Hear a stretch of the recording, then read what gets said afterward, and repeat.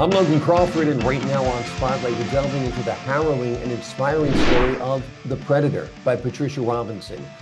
This gripping memoir recounts the chilling days of January 1996 when she was kidnapped, chained, and abused, and her subsequent brave testimony that led to legislative change for domestic violence victims in Indiana. Her journey from victim to advocate to author, encouraged by renowned novelist Anna Quindland, is a testament to resilience, strength, and the enduring human spirit. We're delighted to have this very talented author join us here today on Spotlight. We thank our team at Prime 7 Media for helping us put her in the spotlight today. And we ask viewers like you to support writers like her by subscribing to our channel and by purchasing her important book. The links are below this interview. Patricia, great to see you here today on Spotlight. Thank you. It's great to be here, and I appreciate your show. I love this program, and I'm so grateful that you take the time to see me. Thank you. Oh, I appreciate your time. Your story is very, very powerful. What made you decide to share your story with the world?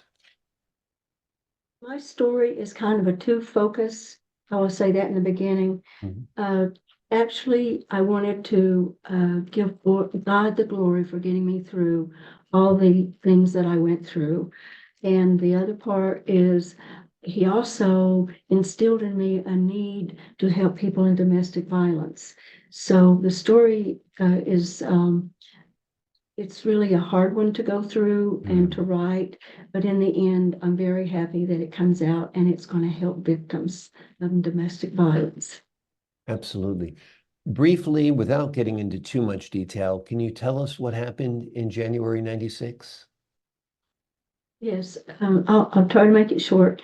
Oh, doesn't have to be. Yes, it was a very snowy day, and I worked for the government of Indiana, and we actually were released to come home early, but it took a long time. I'm 30 miles away, and so snow was very piled up. When I finally made it home, I came inside, and just as I came inside, my I did not reset my alarm because my phone was ringing. I had promised my son that I would call him as soon as I got home because of the snowy weather, and I had a long distance. And when I went to answer the phone, it wasn't my son on the phone. It was this awful noise that come rumbling through my house with sounding like chains and horses.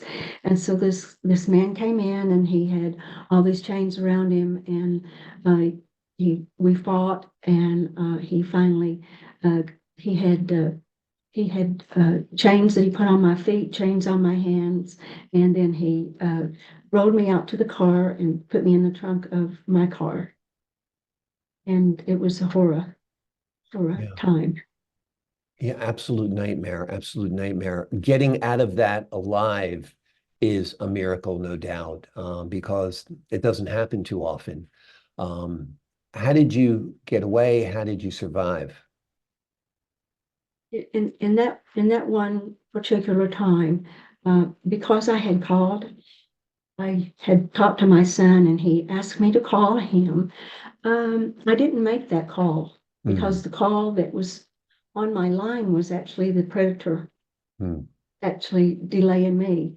And when I didn't make that call, my son called the Greenfield Police Department, and they came out to check and saw that my car was missing. There was all the tracks in the snow, and I was not here.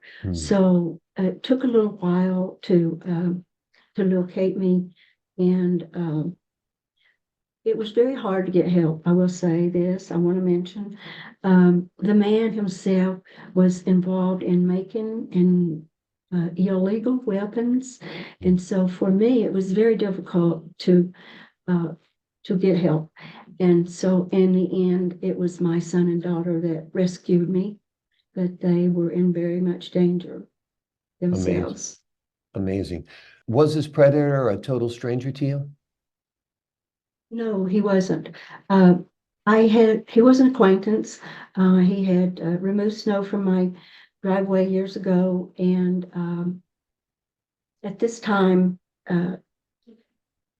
we did meet again after I got a divorce, and he said he was divorced, which those didn't turn out to be correct. But I started dating him, and then I discovered that he was a married person, and I tried to break it off, and there was just no way to do that. He was violent for about 4 years, and it was a hard, difficult life for me. Yes. Yeah. But when he broke into your house that night or that day, you had no idea that was him. You just were completely blindsided? No, I had. He was in disguise, Right, right, and I didn't know exactly until he talked to me, right. um, and of course I knew it was him then. Yes. Amazing, amazing. Who you probably never would have dreamed he'd be such a psychopath to do something like that, I'm sure.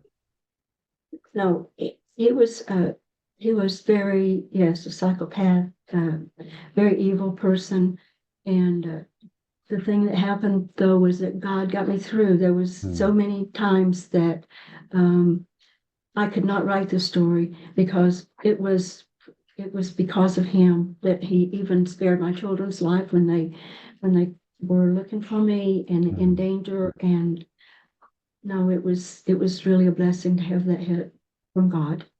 Yes, absolutely, absolutely. God's help there for sure. Tell me about your testimony and how it influenced legislation on domestic violence. Well, it actually was they contacted me and the senators, and it was on Valentine's Day, Hmm. which people are talking about love usually at that time. Hmm. And I talked to them and told them, for me at the time, to just get a protection order, it cost $100. And Right. this is for all people. And that was ridiculous. So what we decided was that we should, get rid of that law. And I testified to tell them it's so hard for people to come up to that amount of money when you're leaving home, when you or just can't uh, even don't even know where you're going. For me, I went in a shelter. Yeah. Amazing, amazing. Anna Quinlan, meeting her was a pivotal moment for you. Tell us a little bit about that. Well, I was in a meeting with attorneys, a dinner, and it was from from my work that we go with attorneys and so forth. And she was there, uh, and I got her book, of course. She did a talk, and I had her sign my book, and she said, for one who understands. And she Hmm. asked me to write my book. She said, I Hmm. think, I talked with her briefly. She said, you have a very, wonderful story to tell to be able to help victims. Yeah, And that absolutely. encouraged me. Yes, it did. Yeah, absolutely. And we're glad she did encourage you because I think it's important that your work gets out there. What message do you hope readers take away from your book? I think that, like I said, I have two meanings in my book, and then they're both very important. I really want them to understand that God is there, that God will answer prayers, and I also want them to know that He actually encouraged me to write a book, to Hmm. be, to bring it to the attention of people in domestic violence. Also, there's a lot of things that what they should do. There's some uh, cyclical behaviors that are in, that's called the pattern in my book, that where it's how a person is really trapped inside a relationship, psychologically and emotionally. And so that's in there. And there's also uh, talking about roles that children end up being that last their lifetime because they are been in a excuse me. Hmm. Amazing, amazing. How's life now? You're retired, you're enjoying your life, everything's good? Everything is good. Yes, Yeah, yes. I have children and grandchildren and yeah. great grandchildren. So yes, it is. Wonderful, wonderful. Well, we're glad there's a happy ending to your story for sure. The name of the book is The Predator. It's written by Patricia Robinson. It is a gripping memoir that recounts the chilling days decades ago when she was kidnapped, chained, and abused by a man who later turned out to be somebody that she knew and had dated. And it turned out to be an awful episode of violence, but she got through it, and she got through it with the faith of God and his intervention and the love of her family as well. Patricia, thank you so much for joining us here today on Spotlight. Thank you for having me. And yes, I hope that this helps people. And the first thing they need to do is talk to someone and let them know, and then make plans. Absolutely, absolutely. Find somebody you trust, get help, Yes. and like you Yes. said, plan without a doubt. To the folks at home, I'm Logan Crawford, thanking you for your time this time. Until next time on Spotlight.